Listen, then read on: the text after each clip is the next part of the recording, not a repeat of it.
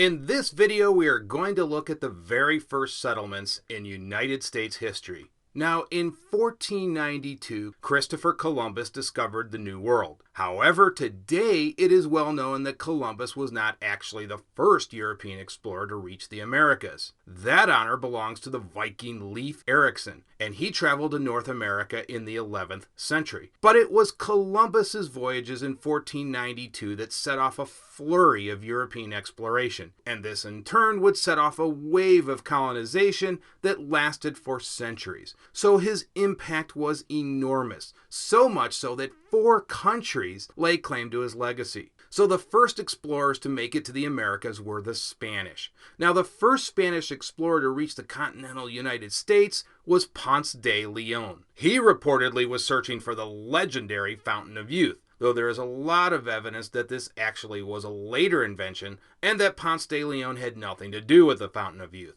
In any event, Ponce de Leon was also a conquistador. Conquistadors were more soldiers of fortune who had one simple concern: finding gold. These Spanish conquistadors would eventually push all the way into South America, looking for the elusive El Dorado. And in South America, the Spanish conquistador Francisco Pizarro would encounter the mighty Inca Empire. But that is for another video. Maybe I will do a series at some point on the conquistadors, because it really is a fascinating time period.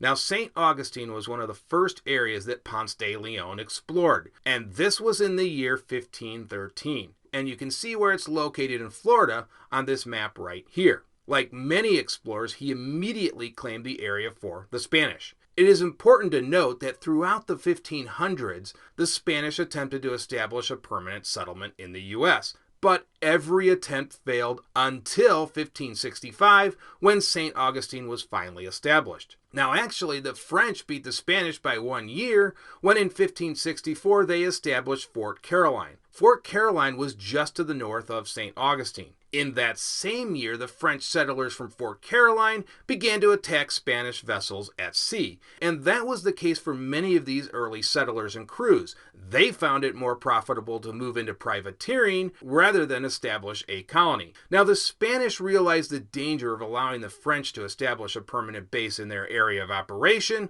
so the Spanish admiral, Pedro Menendez de Avillas, was dispatched to Florida to establish a fort, and that became St. Augustine. The Spanish then used this as a base to launch attacks against Fort Caroline. Fort Caroline eventually was reduced, and therefore it is St. Augustine that goes down in the history books as the first permanent settlement in the United States. This early incident was certainly reflective of the fighting going on in the New World between the major European powers. They all wanted to lay claim to the New World, and this fighting would continue on for 2 more centuries, right up to the Revolutionary War period. By the way, from this point on, the Spanish were more than content to operate out of Florida, refusing to push farther north. And the main reason was that the Spanish did not like the cold. And so this is a very, very important point. The Spanish settlements were not considered part of colonial America. That period gets started with the English settlements, which we'll talk about in the next slide.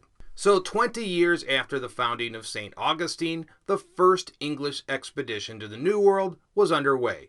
And that occurred in 1585, when the English built a fort on Roanoke Island. This first settlement was organized and funded by Sir Walter Raleigh, who received a royal charter to explore the New World. By the way, many of these first explorers had to first receive a royal charter from the king before any boat left the docks. And if they didn't get that charter, no business could be done in the New World. In any event, these first Roanoke colonists expected a relief fleet that failed to appear. And that was the main problem with these early colonists. You really were dependent on supplies from overseas, since at this point nothing could be produced in the New World.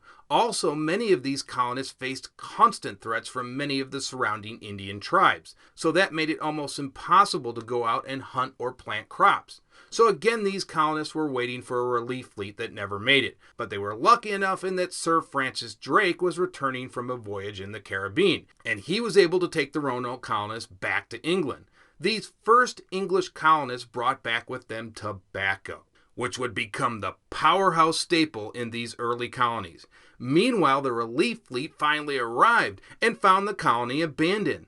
the commander left behind a small force to keep Roanoke Island in the hands of the English. Now, back in England, Sir Walter Raleigh decided to dispatch a new expedition of 115 colonists, and they would make yet another attempt at a permanent settlement in the New World. This new colony was supposed to be founded somewhere else other than Roanoke Island. En route, the new expedition stopped off at Roanoke Island to collect the small detachment that had originally been left behind.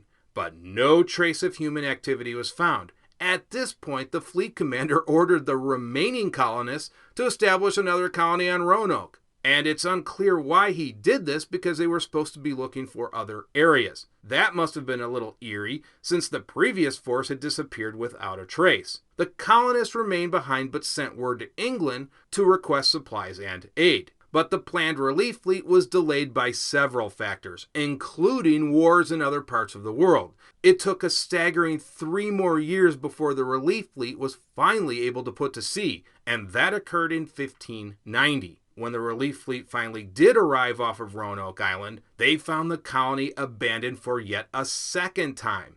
Once again, no trace of the settlers was found. 115 colonists just gone. They vanished into thin air. The only trace was the word Croatoan, which was carved in a post. Curiously, all the buildings had been dismantled, therefore this message could have meant they moved to an island which coincidentally was named Croatoan. But no attempt was made to sail there because the weather conditions began to worsen, and so the rescue fleet was forced to put back to sea. Further expeditions failed to uncover what exactly happened to the colonists, and so it remained a mystery until years later it was discovered by later colonists that they had in fact been killed by Indians. Now fast forward 17 years later to 1607, and the English decided to make another attempt at a permanent settlement, and that became Jamestown, named after King James himself. And yes, Jamestown would be the one to finally make it, becoming the first permanent English settlement in the New World. Jamestown was founded by the Virginia Company of London. Now, for these companies, this was seen as an investment, and the primary goal was to make money, like all companies then and now. And the English settlers at Jamestown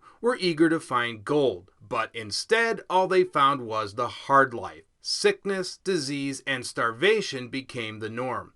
Adding to the misery was the fact that these first colonists at Jamestown were upper-class Englishmen, not skilled laborers and farmers, which was what this initial settlement really needed. It's hard to believe that after all of these errors, Jamestown actually survived, especially since they were surrounded by 14,000 natives. So you can see right here on the map, this is where the settlement was located. It was on an island that looks more like a peninsula. Now, if you look at this larger map, you can see that it's actually about 35 miles inland from the Atlantic Ocean. The land was at least somewhat ideal since it was considered to be defensible. You can see a river right here, which acted as a natural defense barrier. But as always, there were drawbacks, and the first was that the land was considered unsuitable for agriculture, and mainly that was because the terrain was very swampy. Swamps also meant mosquitoes. Adding to the problem, as I mentioned before, few of these early colonists were farmers. So in the first year alone, 2/3 of the colonists died. All of this despite the fact that supply ships did in fact arrive. The problem was there just weren't enough shipments. These supply missions angered the Virginia Company of London because this settlement was supposed to be a commercial enterprise, but instead the company was having to ship costly supplies to the settlers without gaining anything in return. Therefore, the company demanded gold from the colonists, while the colonists made counter demands of their own. They wanted the company to ship farmers and skilled laborers. And so the starvation continued throughout 1609 and 1610. Only 10% of the original colonists survived, and so Jamestown looked certain to go the way of Roanoke. But these settlers at Jamestown were very determined to make it, and after surviving the starvation period in 1609 and 1610, the settlement finally began to take off in 1611. The colony was aided by the arrival of new supplies and more settlers, but the real driver of the growth was tobacco. The first shipment was sent to England in 1614, and this became Jamestown's first profitable export, as tobacco was as good as gold, especially since it was immensely popular in England. And what do you need for tobacco? Land, land, and more land. So this factor alone, more than any other, contributed to the growth of the colony of Virginia, and in particular, the area around Jamestown. By the way, Jamestown became the first capital of Virginia, and that lasted until the year 1699. Eventually, more and more settlers began arriving, and this led to 2 to 3 ships a day being sent back and forth from England. So you get an idea of the rapid growth that was going on. In fact, Jamestown began to produce so much tobacco that in just a few years they were shipping hundreds of thousands of pounds of tobacco to England each year. That number would soon move into the millions. Now, one key individual early on for the Jamestown settlement was Pocahontas. Captain John Smith befriended her, and she helped in many of the negotiations with the local natives. In fact, early on, she is credited with saving many of the colonists' lives by providing food during the periods of starvation. Eventually, she was baptized and adopted many Western values. She even had the chance to travel to England. Eventually, Pocahontas married John Rolfe, who was a key figure in the early days of Jamestown. So with the success of Jamestown, more and more English settlers wanted to make the journey across the Atlantic Ocean. But for many, the cost of the sea voyage was simply too expensive. So in exchange for safe passage aboard a ship, many settlers agreed to become indentured servants once they reached the New World.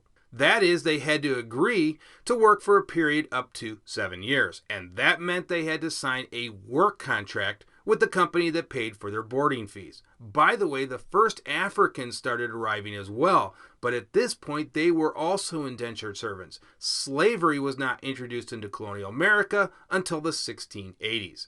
I should mention that in addition to tobacco, another huge money maker arose, and that was furs. Furs sold well in Europe since many of the animals in Europe had literally been hunted into extinction. In particular, otter skins were very, very popular. With the growth of the young colony, a government was clearly needed. Colonists also wanted input into the laws that governed them, and also to improve the conditions in the colony itself. And so the first assembly was convened in Jamestown on July 30th, 1619. What's important here is that these were elected representatives. So we get self-representation for the first time in the New World. And this new body was called the House of Burgesses. Many of the future founding fathers were also members of the House of Burgesses before the Continental Congress was even formed. So this had all the functions of a Congress. By the way, the House of Burgesses was the lower house, and the upper chamber was a council that was chosen by the company itself. Both the lower house and upper chamber collectively made up the Virginia General Assembly. Now, in 1624, the King of England revoked the company's charter, and Jamestown became a crown colony. Undoubtedly, this was done because of the massive amount of money that was now coming in, and the king wanted his piece of the action, as the cliche goes. After the king took over Jamestown, many officials were appointed by the king himself, but eventually elected representatives were allowed yet again. The assembly was confirmed permanently in 1639. The governor, however, remained a royal governor who answered directly to the crown. In 1699, Williamsburg became the capital of Virginia. You can see on this map it's just to the north of Jamestown. Today, you can actually visit Williamsburg and see what colonial life was like in those days. Now, the expansion of the colony led to tensions with the natives, which flared up in 1622. This expansion was seen as a threat to the Indian way of life. The chief antagonizer was Opechancanough. Opechancanough was the brother of the previous chief, Powhatan. Now, Chief Powhatan had maintained relatively friendly relations with the English, but when he died, Opechancanough assumed command. And Opechancanough hated the English, and so he began to plan a major assault on the English settlements. Since many of the Indians already worked in the colony as servants, it was rather easy to launch an assault from within. Now, what happened here is that the Indians were acting peacefully when suddenly they grabbed their work tools and began to attack the settlers. In all, 347 settlers were slaughtered. The colonists were forced to retreat back to the Jamestown fort for the winter. Disease and starvation claimed another 400 settlers. The settlers, though, planned to counterattack and proceeded in wiping out the Indians' corn harvest. They also destroyed village after village. Meanwhile, England shipped more arms and equipment to the settlers to fight this Indian rebellion. This was the last serious challenge to the colonists. After this, more Indian land was seized, and the massacre was used as justification for future land seizures. So the 1622 raid did more harm than good for the natives. Opechancanough, by the way, was eventually captured and executed by the English.